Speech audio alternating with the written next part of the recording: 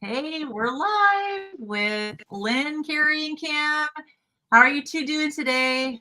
Hey guys. Doing Good. great. I'm interested in Good. getting into the depths of this book. It's a tome.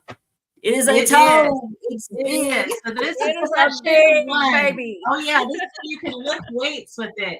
All right, Yes. session one of our Keto Study Club. I have a little intro, so let's go ahead and cue the intro, and then we'll dive in.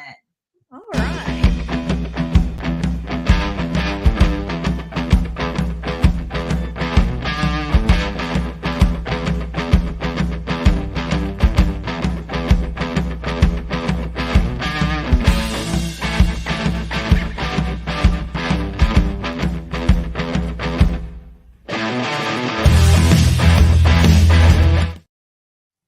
Ooh, that was nice. All right, we're fancy now.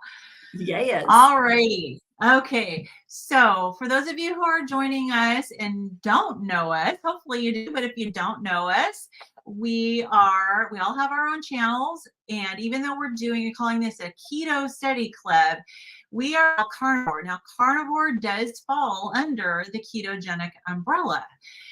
But the book that we're going to be reviewing is this book right here. It is called Ketogenic, The Science of Therapeutic Carbohydrate Restriction in Human Health. There is no one author. If you have the book and you look at the list of contributors, it is 2 pages long. Mm-hmm. So this is an actual textbook. And if you usually join into our book club on Sundays, you know that we read ahead and then we discuss what we read. We're taking a different approach with this, and we are literally going to learn. So what we're going to do is we're going to actually read and discuss. So if you have this book and you find it very intimidating, which I can understand, and you maybe are a little bit afraid to tackle it and just want to drive around and listen, and this might be something that you would enjoy. I don't know about you guys, I anticipate that this is going to take us a while to get through this book. What do you think? Yeah. We'll be on this book in 10 years, y'all. And Oh my word. Yes. We're going to do this till we get bored of doing it. How about that? That's right. I'm And in. I've got my little notebook. I'm going to take some notes. So we're just going to do this like we were in a study group together, and you guys can just listen in if you want to. And if you don't, that's okay too. If you're nerds like us. So before we start, since this is our first session, and since it is keto based, and we may have people that typically don't listen to our channels, why don't we do a little brief introduction of ourselves, and before we dive into the book itself. So Carrie, you want to start? Sure. My name is Carrie. I've been on the proper human diet spectrum since 2014. And maybe even a little bit prior to that, just really starting to be conscious of like eliminating sodas and seed oils and stuff like that. But then really started doing research and got into low carb, and then later keto, and the main reason for that is because my mother was type 2 diabetic, and I saw how her quality of life just diminished as each year passed, and she was just taking more and more insulin, and she couldn't walk. She was having heart problems, and I was like, yeah, I don't want that for myself. And nobody wants it, but it made such an impact on me. And so I wasn't having any health issues at the time. Matter of fact, I've always been really, really slim. So I typically don't fit in with these kind of groups, in that, most people are in it for weight, and there are a lot of benefits. But for me, it was to avoid type 2 diabetes. And now, though, I'm on a quest to put on some muscle, and that is very much easier said than done when you don't have much to work with.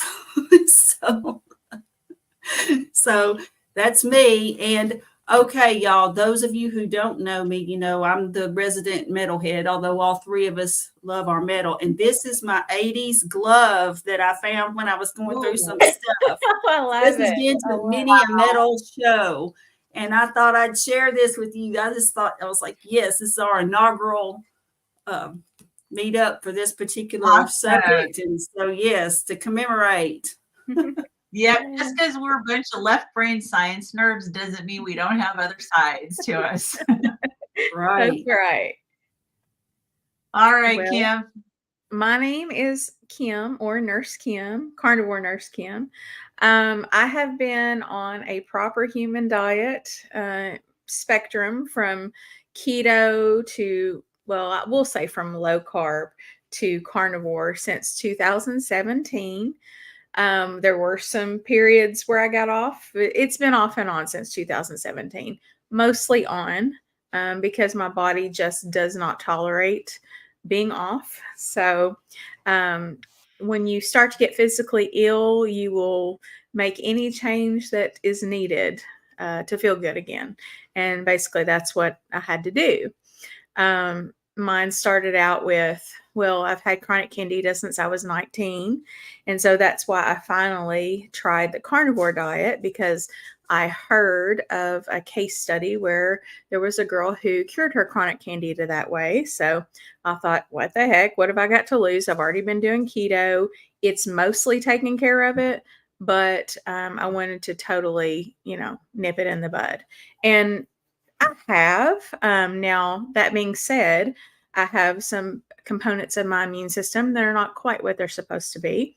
So if I stray, if I deviate from my diet, the candida can definitely come right back, and I'm aware of that. So I just have to be pretty strict these days. And if not, I suffer. So basically, I wanted to purchase this book and really delve into it because I am doing the Primal Health Coach program. And for me to coach other people, as a nurse, we don't learn about this stuff. Okay. So for me to coach other people, I need to know it front, back, side to side. Okay. My dogs are getting ready to start barking here in a minute, so I might have to mute, but I'll wrap it up. Anyway, that's why I wanted to learn it, and I brought my two friends along, so I was very happy That's they wanted to do it as well, and they're as nerdy as I am. And that's a yes, good thing. Yes, that is yeah, a good thing. go nerds. Yes, absolutely. Go nerds. And my name is Lynn, and I am a retired nurse. And when you talk about the proper human diet and the spectrum, I did start with the ketogenic diet, and I had done a bunch of other diets before that. That I don't even know the date. It was probably around the same time as you, Kim, maybe 2017, maybe a little earlier than that. And I did have some progress with weight loss doing the ketogenic diet. I did not. I kind of plateaued, and then I all the keto treats. I was not super clean keto. I did like keto treats, and they just made me want the real thing. And at the time too, I did not know. I knew there was a lot of weird, odd health issues with me, but I did not know that I had mast cell activation syndrome. I did not get diagnosed with that until 2022, and was on medical leave because I had a very, very severe flare. And very much like Alzheimer's, if you're a nurse or a doctor or in the medical field, you'll know that a lot of times when somebody with Alzheimer's gets an infection, they don't necessarily return to their baseline function. And mast cell activation syndrome works the same. And so it really knocked me on my keister. I was basically couldn't do anything and having all these crazy reactions. And I was about a year and getting more and more crippled. And then my husband said, why don't you try the carnivore diet? And that was a year ago, May 29th. I was probably a little over 340 pounds at the time. And so my weight was not helping.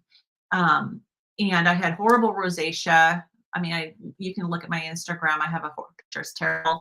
But I've had to be, like a lot of people with autoimmune diseases, with my immune system disease, I have had to even be stricter than regular carnivore. I've had to be more on the line diet in order to get the healing that I need.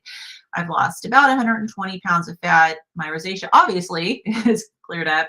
And the healing after 55 years, and now 56, after 55 years of ill health, I'm on a healing journey, and tremendously better, but looking forward to continued progress as we go. So I'm looking forward to this book, and hopefully we're going to learn a lot. So we have just not thoroughly discussed our approach. We want to read and take turns reading, and then I can maybe stop and discuss if we want to, but do you want to just start with chapter 1, or are you two interested in looking at preface and introduction and all of that?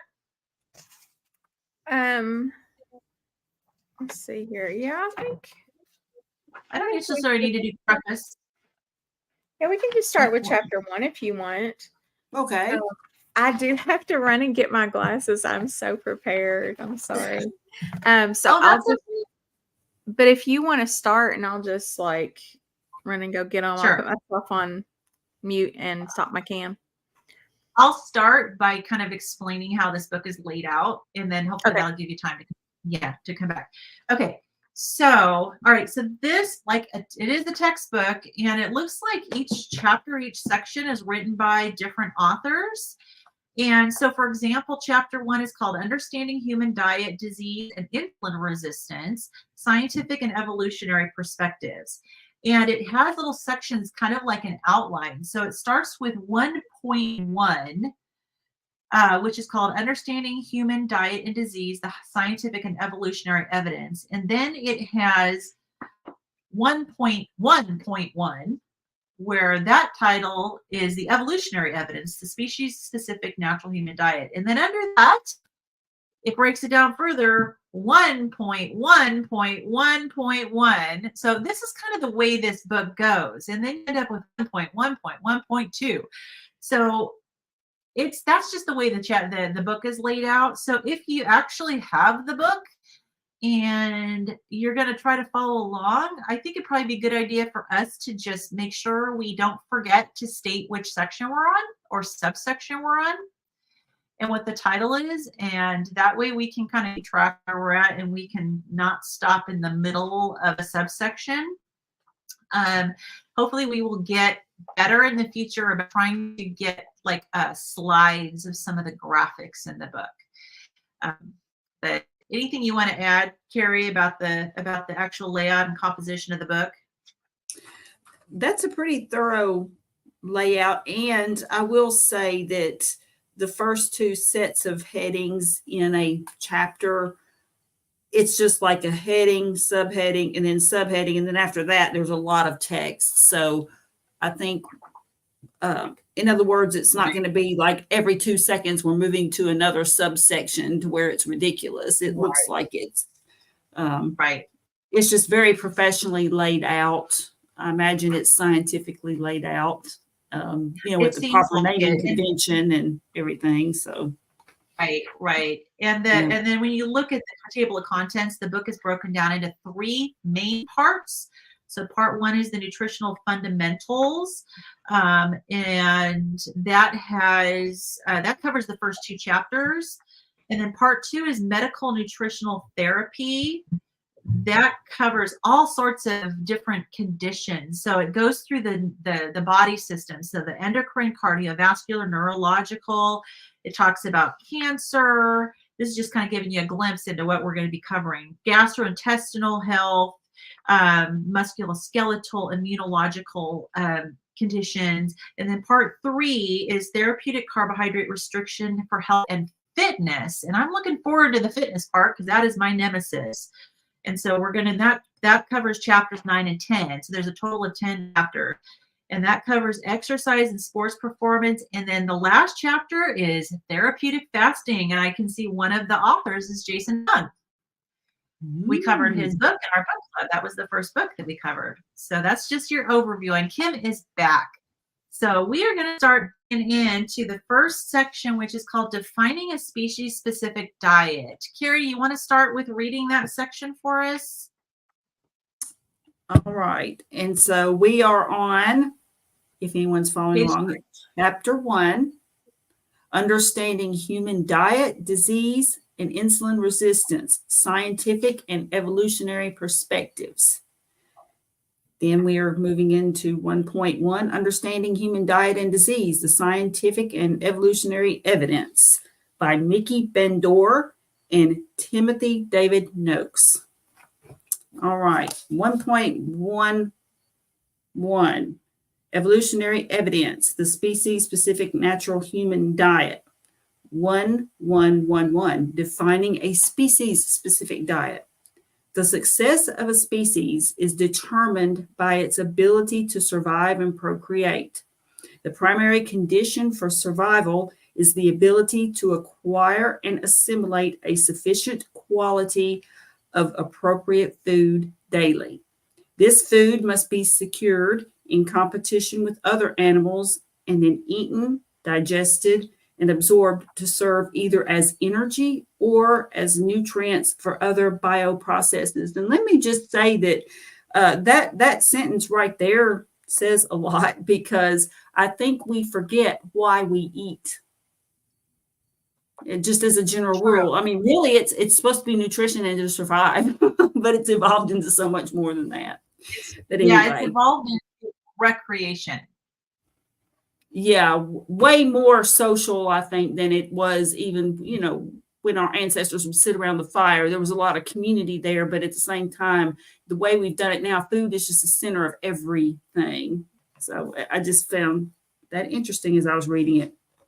Anyway, thus, in competition with other species, all living creatures are under constant evolutionary pressure to optimize their bodily structures efficiently to acquire, eat, digest, and metabolize specific foods that are available in any particular environment. Evolution is a process of selection between alternative solutions to these challenges under the constant pressure of trade-offs. The concept of trade-offs underpins much of the research in evolutionary organizational biology, physiology, behavioral ecology, and functional morphology. With regard to food choices, this means that every adaptation to the consumption of one type of food may make an animal less able to obtain, digest, or metabolize another type of food. When hominins, so I guess they're in a transitional period, and so they're not really good at anything. I mean, it's kind of the way it seems. Yeah, it sounds like it's saying the more we eat one particular type of food, the less able we are to assimilate other types of food. So I think maybe that explains why when you're eating the improper human diet with all this the standard American diet, there can be a difficulty transitioning into eating the proper human diet because our bodies just aren't accustomed to it.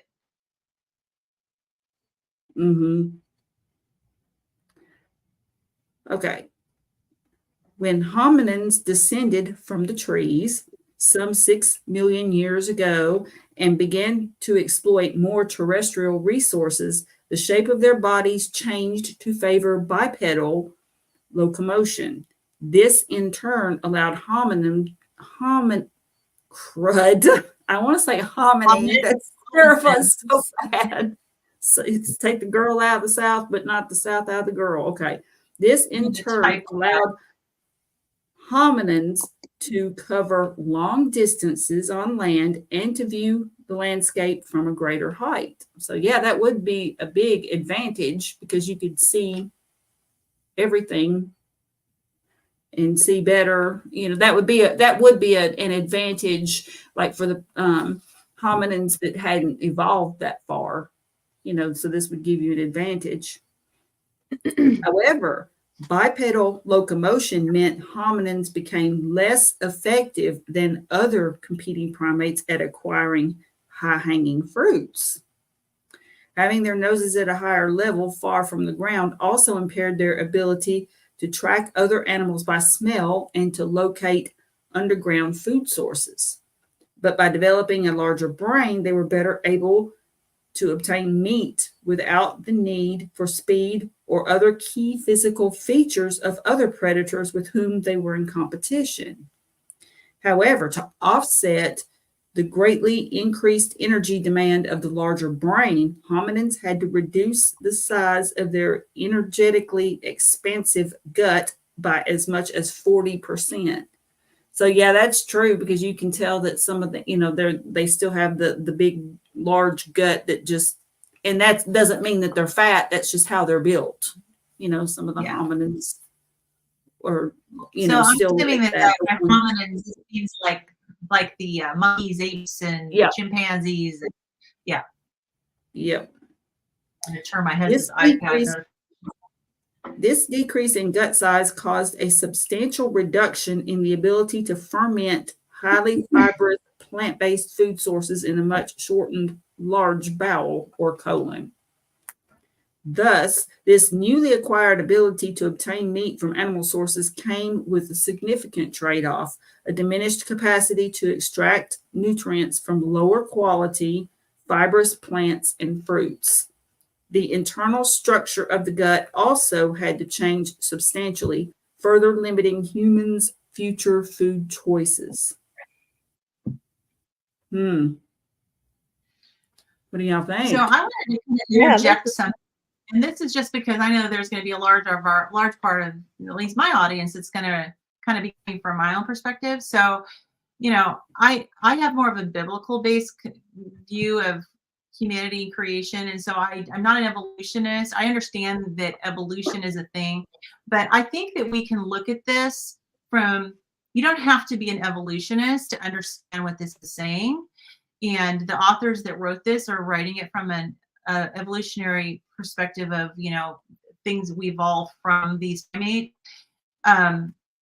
When I look at this, as not an evolutionist, I'm just looking at it as this is the way we were created. Now, whether you agree with that, that's fine. But I just wanted to at least put it out there that this is, when I read this is kind of what I'm interjecting in my mind.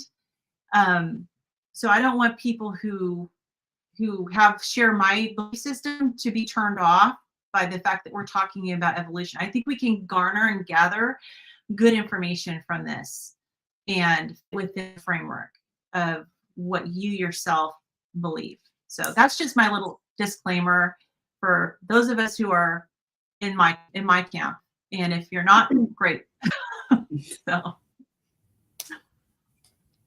All right. But it is interesting because the whole thing of looking at the structure, the anatomical structure of the colon, the GI tract between species is definitely really interesting. And it's one of the things that helps us understand what our proper diet is supposed to be.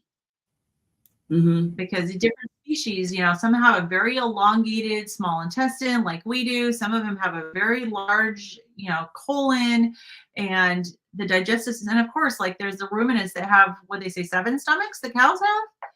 Looking at the digestive system is extremely helpful to see, like, what was this digestive system? What is it designed to digest and absorb? So, yeah. Question, Lynn. So, would I be right in saying that no matter what you believe as far as like how we initially got here, would I be right to assume that people could agree that we have evolved as we've gone depending on our surroundings? Or Absolutely. is that not? Yeah. I'm not familiar. I think that's absolutely true. Beliefs, but yeah, no, I think that's absolutely true. And I think we have seen evidence over the course of, however many thousands of years, how people adapt, animals adapt to their environment. I think we can see the poor ill effects of how we have poorly adapted to our environment, our very toxic environment, not just from a food perspective, but from other toxins. So absolutely, yes, I agree. Yeah. So do you have a different version, Carrie? Because I know some of the wording in yours is a little different than mine. Well, it is. I don't know that there's more than one version, but it's just the one off of Amazon. Me too. Okay. Which is sad, Right. but I mean, I don't see anything that denotes it as being any different of a version than anybody else's. And I might have stumbled on a word or two, possibly. Oh, So, okay. in summary of this part, evolution is very much a process of trade-offs, surrendering one ability in order to obtain another. In nutritional terms, evolution leads to optimal but different diets for all of the different species on the planet. We now refer to each of these different diets as the natural species specific diet for that species. Right. Right. Exactly. Hey, And so it we've makes got sense, with Dr. Berry talking about, a species specific diet, it just makes sense. Everything else has one, but we just can't seem to figure out what to eat. Okay, what does he mean by this? Every green herb that bears its own seed. my understanding is that's a reference to a scripture verse in Genesis. I don't have the reference exactly, but it talks about in Genesis that we are given every plant that bears its own seed as food. And Oh, okay. yeah, so I think that's what that's referring to. Correct me if And what I about am the wrong. chocolate part? Oh, I Are don't we know about the supposed to be eating part. chocolate? Oh, I hope so. Yeah, that would be great. We evolved to eat Actually, chocolate. I did Yeah, get some chocolate. definitely. I got some chocolate collagen. So Oh, I interesting. think it uses stevia. And I thought I would try to make me some ice cream out of that. Oh, Oh okay. yeah. I use the chocolate element, the element electrolyte packet in my Yeah. coffee in the morning, and I whip it up with a little bit of heavy cream, and it makes a little bit of a chocolate latte. It's Yeah. not exactly, carnivore. Listen, if we're going to get our carnivore cards taken, Yeah. just for being honest, then you might as well take Oh mine. yeah. None of us are these like idealistic. Okay, if you're a carnivore, you cannot eat anything outside of that realm. We are all for, you need to figure out what works for your body and what you can handle.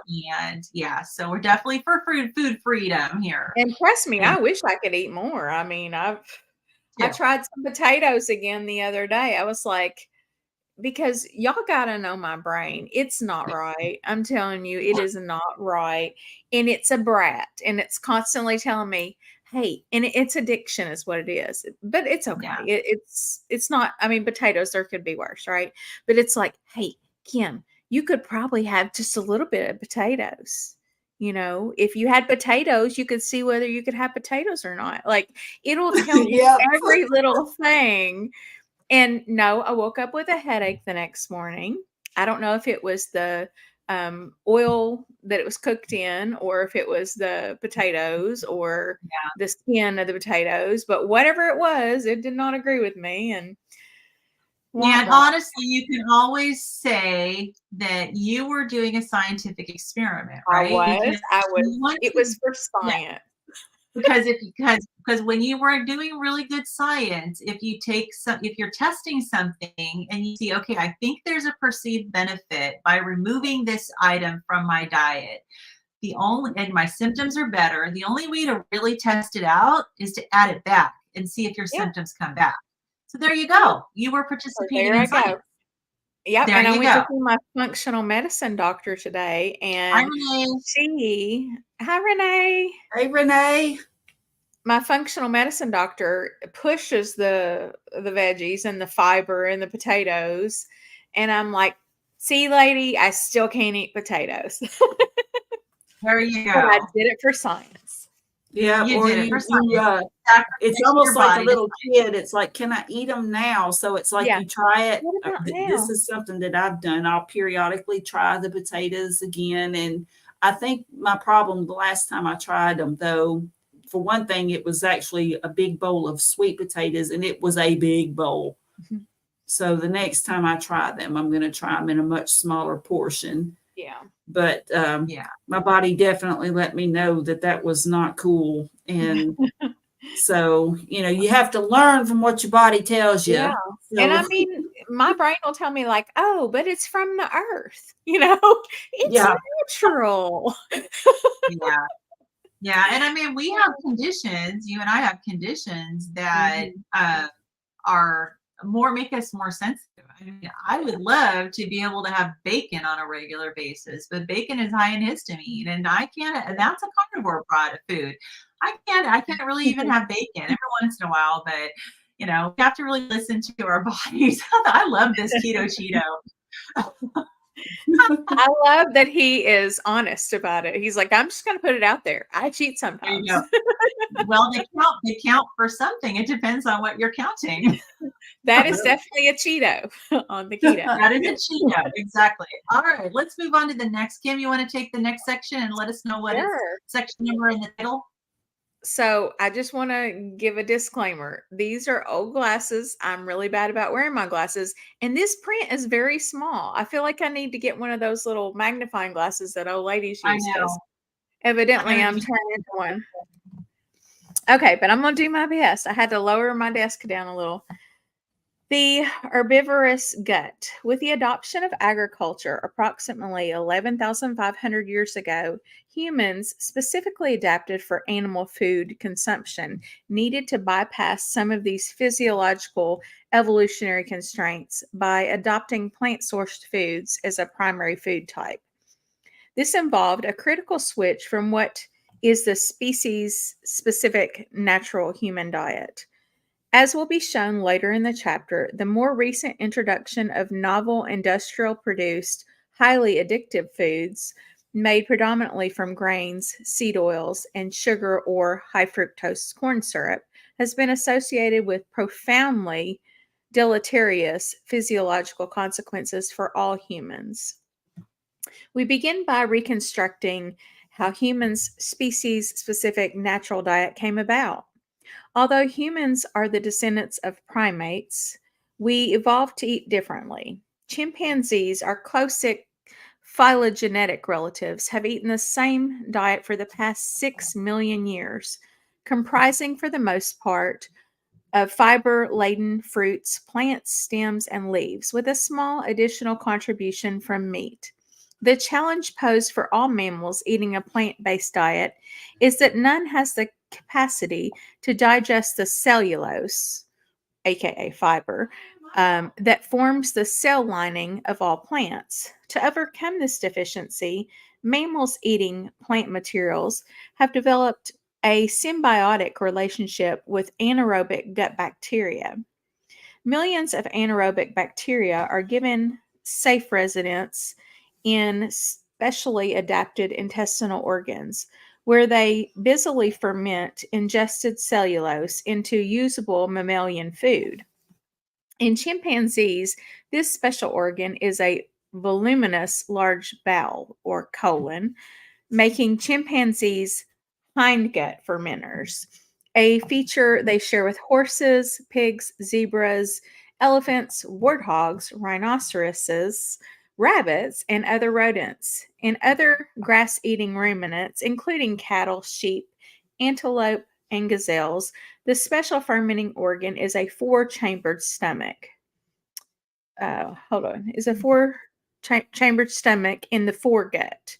Hence, they are referred to as foregut fermenters. The basis for this mammal bacteria symbiosis is that in exchange for an environment where they can safely reproduce, the bacteria convert the cellulose into a form of saturated fat called volatile short chain fatty acids, on which the host mammal bases its existence.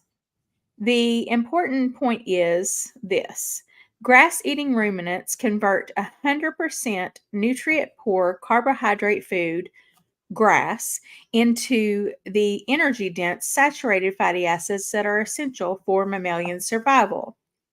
When humans eat those ruminants, that process also ensures our survival. To summarize, the specifically adapted fore and hindgut guts of herbivores can rightly be labeled super specialized organs for manufacturing saturated fats from cellulose. All plant-eating mammals use that cellulose as the growth medium for the bacteria in their intestines. These bacteria then produce the fatty acids that are missing in the nutrient-poor grass, roots, fruits, and shoots on which these mammals must survive. What is more, when absorbed by the herbivore's intestines, the cell bodies of these dead bacteria provide the protein needed for their own tissue growth. That's fascinating. Yeah, I hear Dr. Okay. Berry talk about a lot of this. Yeah, seriously. So this is kind of new to me because I don't listen to Dr. Berry probably as much as you do. But I didn't know that these ruminant bodies actually convert the grass into the saturated fatty acids. So I guess, Yeah. and then we just get those saturated fatty acids by eating the ruminant animals. So what this kind of tells me is, hey, maybe that isn't your ideal food, because you literally cannot break down, like humans are not capable of breaking down cellulose. We don't have cellulase to break down the cellulose. So eating vegetables to us, basically, there's not a lot of breakdown. It's just a lot of fermentation in our guts with it. So that's going to create colonies of that particular bacteria, those particular types of bacteria, which is why everybody's guts are different based on what they eat.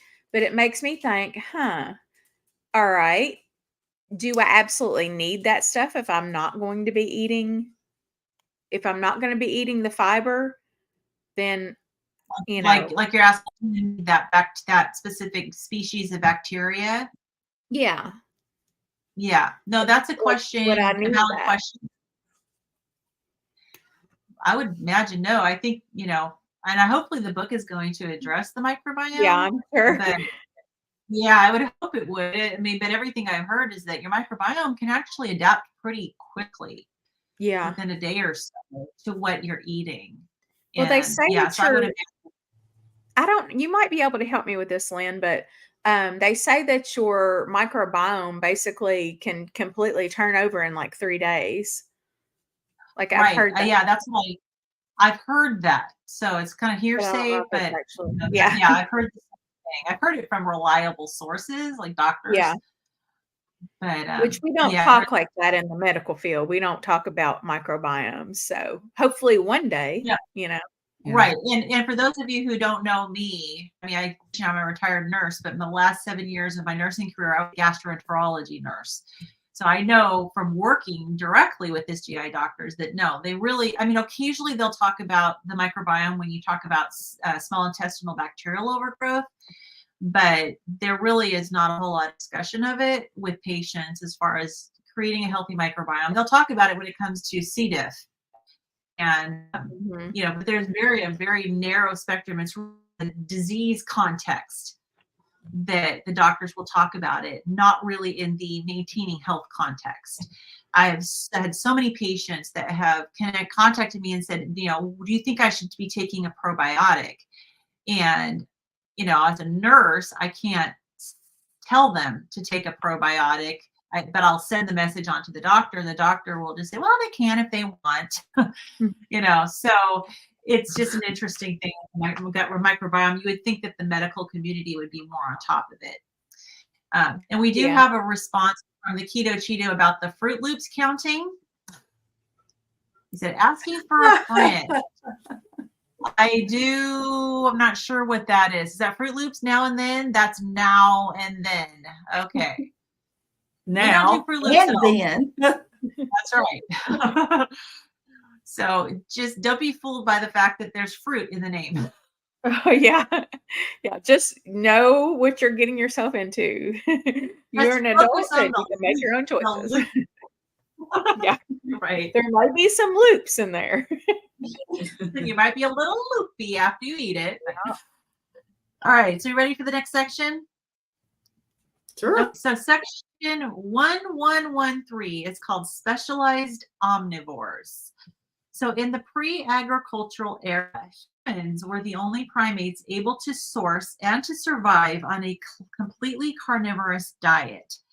Omnivory is defined as the ability to obtain energy for two or more trophic levels of food sources, in the case of humans, from both animal and plants. A common belief is that humans are omnivores and thus have substantial flexibility in their food choices. However, this human potential for omnivory means that humans can, at least acutely, replace animal-based foods with plant-sourced foods should that choice be imposed by constraints in their natural environment. It does not indicate that omnivory is the sole dietary choice for humans. When living in their natural environments, omnivorous species are seldom fully adapted to obtain their nutrition equally from more than one trophic level of food. Chimpanzees, for example, are omnivores since they consume meat on occasion. However, chimpanzees are unable to compensate for the dietary deficiencies caused by a lack of fruit by simply switching to eating more meat as the dominant component of their diet.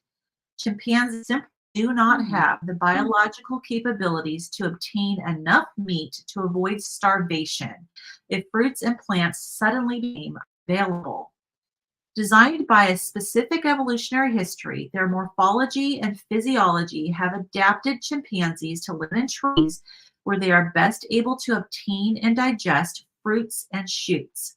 Alternatively, wolves can gorge on berries during the summer and autumn, but they are far better equipped to hunt animals, making them specialized carnivores, but at the same time, facultative omnivores. The energetic returns for modern hunter-gatherers from hunting animals are 10 times greater than the returns from gathering plants. In the past, this difference would have been even greater due to the relatively greater abundance of large animals compared to edible plants. To obtain the equivalent amount of energy from the environment, a human who had to shop in nature's supermarket in the pre-agricultural era would have had to pay tenfold more in energetic terms to gather and consume plants than to hunt animals. This means that early humans could not easily have switched from animals to plants as a food source. Thus, it is perhaps not surprising that among mammals, most omnivores are specialized, consuming over 70% of their food from either plant or animal sources. So that's interesting. So there's even under the omnivore section of there's variation in how much of an omnivore a certain specific species is over another. Yeah, So and it sounds like, it's most related to what you could actually get your hands on. And by being bipedal and able to run and make tools and stuff, we could get our hands on meat, you know? Mhm. yeah, exactly. And And just it was because we before. can eat, oh, sorry. I was just going to say, just because we can eat it doesn't necessarily mean we should. And that's like dogs, that was talking about dogs that, they can eat berries too. But I mean, I think it would be different out in the wild and how hungry they are. But I mean, it's like just because you can eat something, is that the best thing for you? But that may be all there Right. is. So when people talk about omnivores and humans are omnivores, well, yeah, we can eat a lot of different things and we can survive for a while. But I would say that the trends are showing that maybe we're just about done with this experiment because it's not going well. Right. We're not only not thriving on eating a primarily carbohydrate-based diet, some people 100% carbohydrates, but we've seen nothing but an increase in disease over the period of time where we've been eating less meat and animal products, less animal fat, and more switching to a carbohydrate-based diet. We can do it, but like Carrie said, it's not that we should do it. It's not Yeah. And necessarily good for health. And our earth Charlie, is suffering from it yes, because our soil is literally, like I heard recently, they were talking about cover crops, and I had heard that term in the past, but I didn't know what it meant. I think I used the right term. Basically, what it is a crop that they plant in between their other seasons so that the topsoil doesn't blow away, because it's so just stripped and just like it's just right, dry and doesn't have the deep roots that, from the grasses that are needed, and just so unhealthy. right. Well, did either of you watch Bill Knott's most recent video? Where I he's watch he's almost been, all his videos. I don't so think he I've went, seen his most recent one. When did it come out? I watched it yesterday. I'm sure What on was it yesterday. Okay, about? I haven't seen it. So it was his second time he went out on his four-wheeler and took us out for a little drive, up there in Alaska. But he went to this area where he said it used to be their garden, and he told a really interesting story about the soil. He said the soil is absolutely unbelievable, nutrient dense, fertile soil, but it has been a work of 40 years. He said that the soil there actually started at a different location where his father and his family used to live. And they were there in that other location for 20 years. And the soil started out really, really nutrient poor. And his father worked for 20 years to create this nutrient dense, really good, high quality soil. And then eminent domain took over, and the government was building a road through their property, and they had to move. His father, and I'm assuming him and his brothers, literally loaded the soil up into trucks and Oh, transported it to the wow. property. Yes, Wow. No, I because there's haven't no, seen it.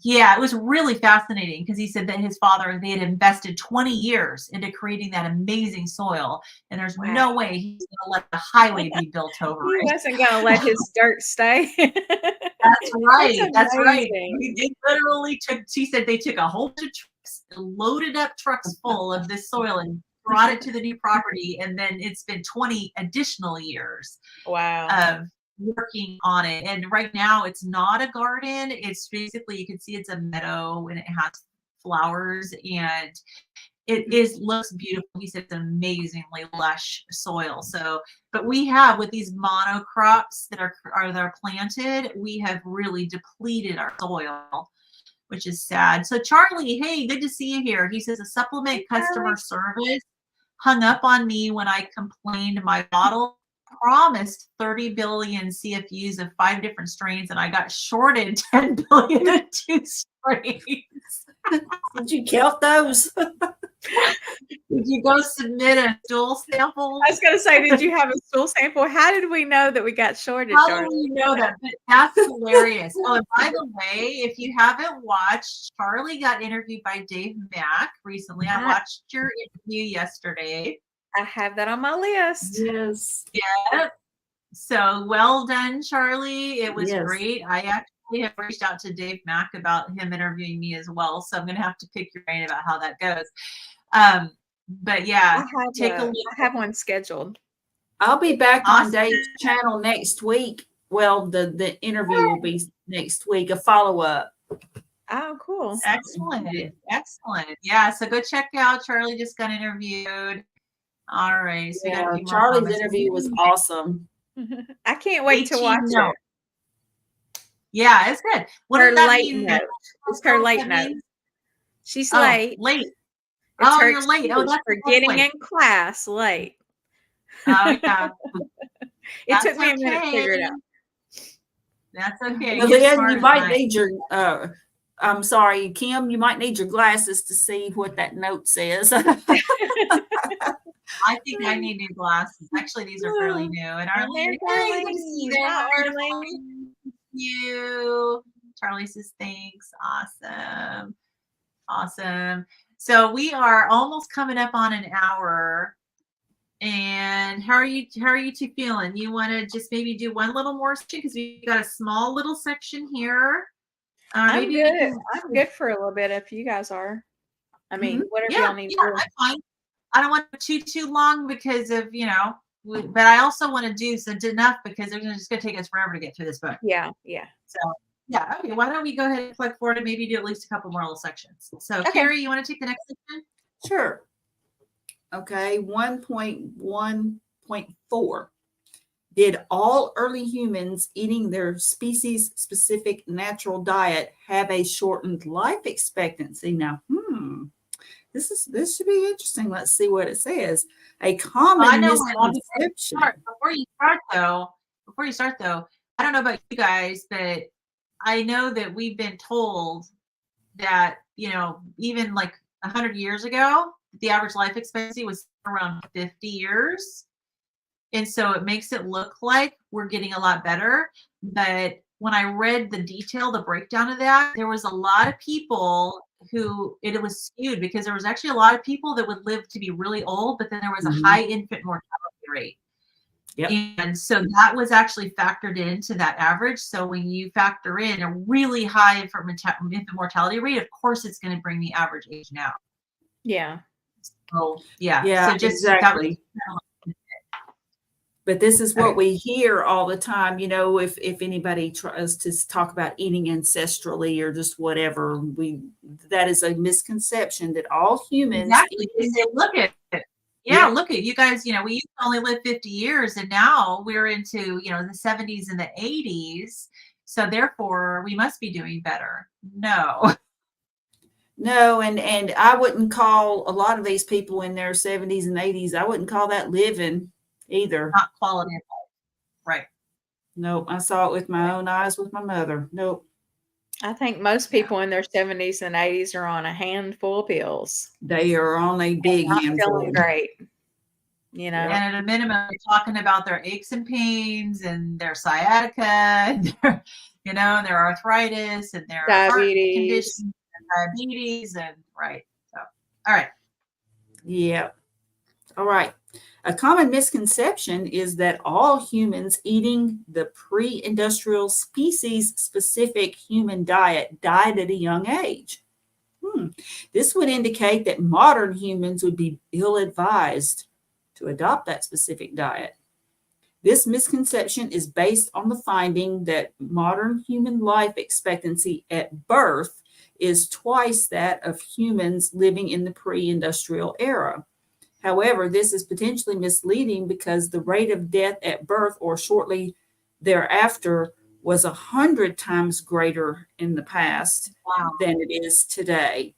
So to compensate for the large number of infants dying before the age of 1 in pre-industrial era, an equal number of adults would have had to live to age 70 to produce an overall average life expectancy of 35 years. Wow. I agree. I didn't know it was that bad. I didn't either. That's insane. Yeah.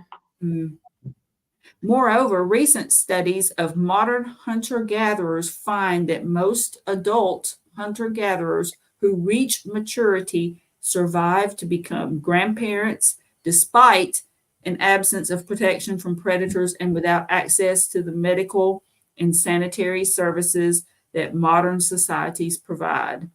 We can now turn to a more complete reconstruction of the natural species-specific evolutionary human diet. It's interesting that it mentioned, despite the absence of protection for predators, without access to medical and sanitary services. So that's interesting because they must be studying these modern societies. Here goes my dog. That don't necessarily have our sanitation system. So what they're saying is that they're still living longer. Because one of the things that I always thought was that, okay, well, we're living longer because we have better sanitation. But they're saying that this is not necessarily, the evidence doesn't necessarily bear this out. Can you guys hear the lawnmower in the background? If you can, I'll mute. You don't hear it? No, okay. I can't. Okay, we have a comment from Arlene. My father's side of the family lives to 100 and healthy. Oh, wow. Bowled and golfed until she was 90. Wow, 97. And then when I saw her at that time, I thought I'd better get with doing better with everything. I agree. And I think that a lot of people will, if they stop exercising and they stop being active, that's when they start declining. Well, I Yeah. mean, my grandfather, he was like, I remember one time we went to see him and he was like 80 years old and he was building a house for him and a house for my grandmother because they got divorced and Wow. then they got remarried and they never really were Oh, apart. Lived in wow. several houses up the same holler in Eastern Kentucky, and he said, I need to show y'all something. Hold on, I'll be right back. And he looked like Papa Smurf or something, short little guy with a big old gray beard. And he just took off running up that hill. And we were like, wow. Wow. At 80, He's building a house. He's building two houses. He's running up that's the hill. incredible. And that was because, he ate mostly probably, well, I wasn't around back then, but I think they had a farm. So I'm sure they ate animals and fresh eggs. And I remember helping milk the cows, so Yep. they ate Yeah. just real whole from the earth stuff, not a bunch of bags and boxes with barcodes. Yeah. Yeah, exactly. And like Arlene said, her father's side, they ate every part of the animal, raised all the animals, goats, lamb, cow. So Mm.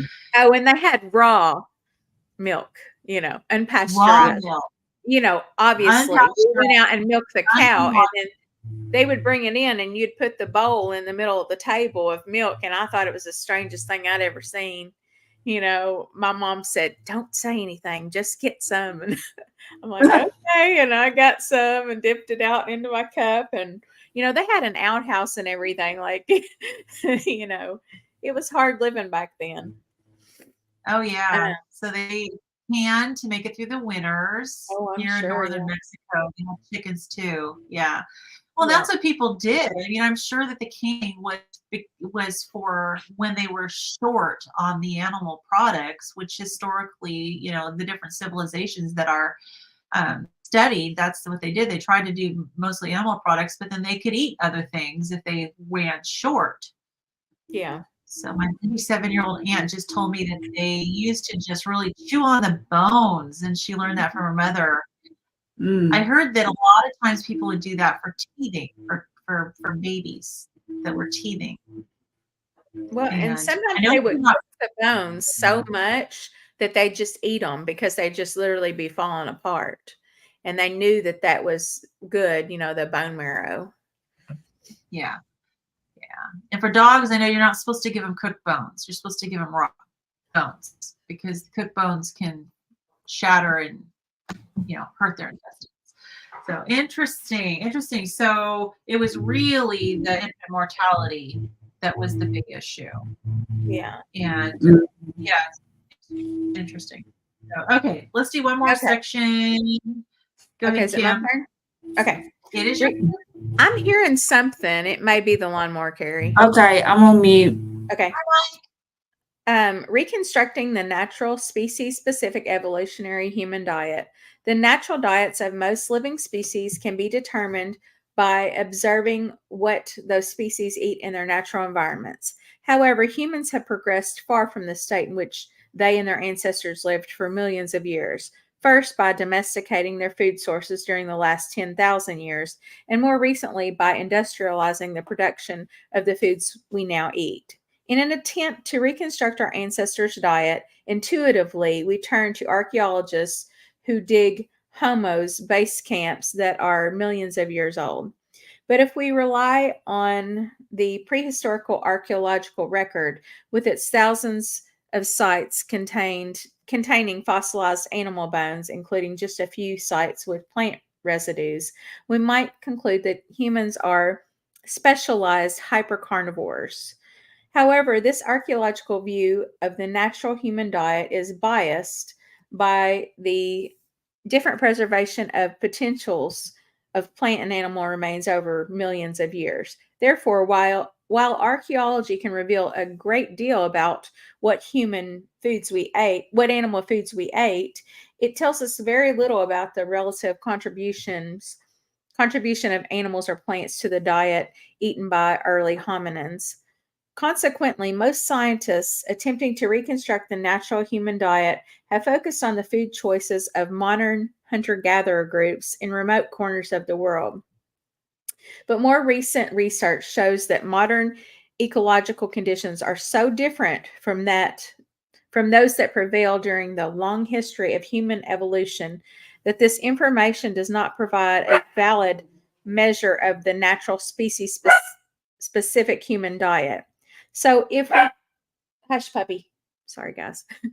So if we cannot rely on the archaeological record and recent ethnographic observations, where do we find the best evidence for what constitutes the natural species specific human diet?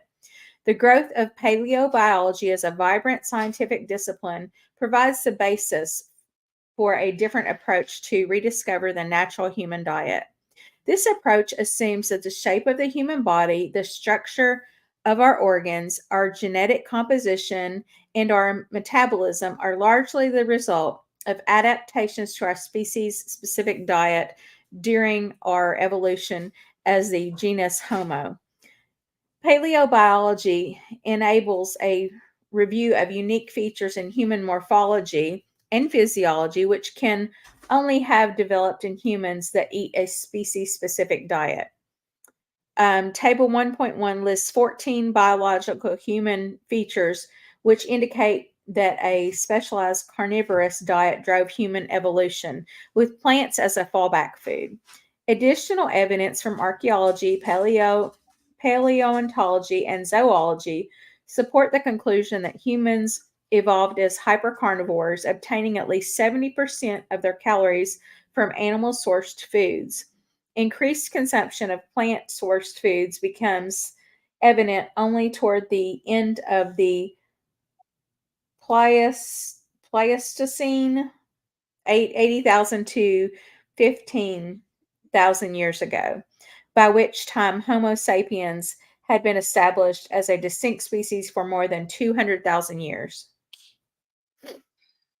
So this is interesting that I think it's good that they kind of acknowledge that looking at the archaeological sites isn't really that accurate, because it's true. Like, you may be able to find animal bones to see, okay, yeah, that they, maybe animals, but the plant material would completely decompose and go back into the soil. So you really can't tell like what percentage of plants they ate by looking at the archaeological sites. And that maybe the human body gives the clues more than anything. Yeah, so is that your understanding too? They were saying that it's actually a lot better to look and see at our actual anatomy and how it's functionally, what it can eat. So yeah, I didn't realize that was kind of a relatively new scientific discipline, but it does seem to make sense, to at least look and see like what have we adapted to eat. And this table, so okay, I really tried. I actually put together some slides where I broke this table down, so hopefully we can share it. Maybe we should stop here and go over it the next time, because my slides wouldn't load. Oh, okay. And like, I did read through this table and I thought it was actually really interesting. Because it goes through a whole bunch of these different biological features of human beings and explains how they point to the type of diet that we're supposed to be eating. So I don't know what you guys think. You want to just save that for the next time and give me a chance to work on the that's fine. slide? Yeah, and we are just about an hour. So why don't we stop here and we can that'll give us a teaser for next week too. We're on a cliffhanger, just like Dr. Jason Fung would do. Yes. Dun dun dun. If you're nerdy, you will find this to be a cliffhanger. If you're not nerdy, I find it to be a cliffhanger. Yeah. So Mike says his grandma was healthy till the end. She was 94. Wow. And Carly says, sounds like a lightsaber. I didn't even know what we were talking about. What sounds like a lightsaber? You have to. Have to, yeah. Collaborate. Yeah. All right. So Renee, let's see, chatting a little bit. Mike says I do a video of falling off the I need to do a video of falling off the wagon. I'm running alongside and jumping back on. Yes. You go, Mike. You go. We're reaching down. Look, That's Mike. right. That's right. Grab my hand. Grab Mike. Listen, our friends, yeah, grab the 80s glove. Our friends have pulled us back on many times, and we're here with open arms, and we're not judging at all. No judgment here. That's right. And honestly, I think a big portion of the battle is just being honest with ourselves and admitting when we fail. And it's okay. And honest with everybody in our community. Like, if we just pretend that I've never ever cheated on carnivore, cheated, whatever, I hate that word. I've never ever deviated from any carnivore food. I've never done this. It's giving holier than thou, it's not giving like I'm a human being. And, honestly, I know there are people that is true for, and more power to them. But I don't know. There may be, or they could just be saying that. Well, but here's the thing, though. There are things that some people find very easy to do, to give up or whatever. Like, for example, for me, giving up sodas wasn't hard at all. I don't drink soda, and I maybe have had one or two in about the last 10 years. I mean, that's just no kidding. I just don't drink it. Yeah. But so that was easy for me, but then for somebody else, it's easy to, I don't care about potatoes. I'll give that up. And, and we have different preferences. We have, different tolerances to sugar, body types, just all of that, genetics, and you mix all that together and to just, I'm sure that there are people out there who, they just agree with the eat nothing but meat. That's all they ever liked. They never got into vegetables. And so they're happy about that and can't imagine even reaching for a potato or a piece of bread or something, that would not tempt them in the least. And then there are others that, while it might not be the sweets that tempts you, it would be the potatoes. So we're all human. And I think the most important thing for a person to do, honestly, is if you slip up, whatever you want to call it, don't give up. Yeah. Instead, you rise up and you just say, okay, well, I'm human and I messed up, but I'm not down for the count. I'm back up. That's right. And I guess my whole thing is like, we'll never know. Is that person 100% carnivore all the time like they say they are? They might be, but we'll never truly know. But it doesn't matter, Right. The only thing that matters is what makes your body feel good, like we always say, this is not a religion. No, it's not this is at all. This is a way of eating that we have resorted to because out of desperation. I don't think there's anybody that eats a carnivore diet that was not just desperate for a solution, for whatever reason, for one reason or another. Good portion of people aren't doing it for weight loss. Yeah. As a matter of fact, I think the most people that I talk to, the more people I talk to, most of them say something other than weight loss for their prime reason, which I think is just awesome. Right? I do too, because like in addition to the avoiding diabetes thing, when I actually went carnivore, and good grief, that's well over a year and a half ago now when I did. But I noticed that like my levels of anxiety just went to just nothing, just chill. Yeah. And I've been through some pretty bizarre situations in the last few months, and I've just been able to handle them with just more calm. That's not to say they were pleasant and fun, but I was just better able to think through it and to reason through it and to come up with a plan and take charge of the situation without having to, call family members, and they would help. But I want to exhaust all means before I start calling family, begging them to help me, especially it my is kids. it's so amazing how much carbohydrates affect your mental health. Yep. And, Dr. Georgia Eads' book, Change Your Diet, Change Your Mind, is incredibly eye-opening about the association between diet and your brain. So very much worth reading. Charlie, this has to be the most unique textbook discussion I've listened to while working out. Yay! That's what we were going for, Charlie. Yes. Yeah, Mike says, LOL, Carrie, rock on. That must be when you reached out with your A's glove. Love it. Barking Squirrel says, I am nerdy. Yay. All right. Good. The more the merrier. Hey there. With all the deviation I've experienced, the benefits from eating 90 to 100% carnivore are still deliverables that cannot be disputed. Awesome. Yep. We got Susan. Hi, Susan. Awesome. Let's see here. We had a little discussion in between.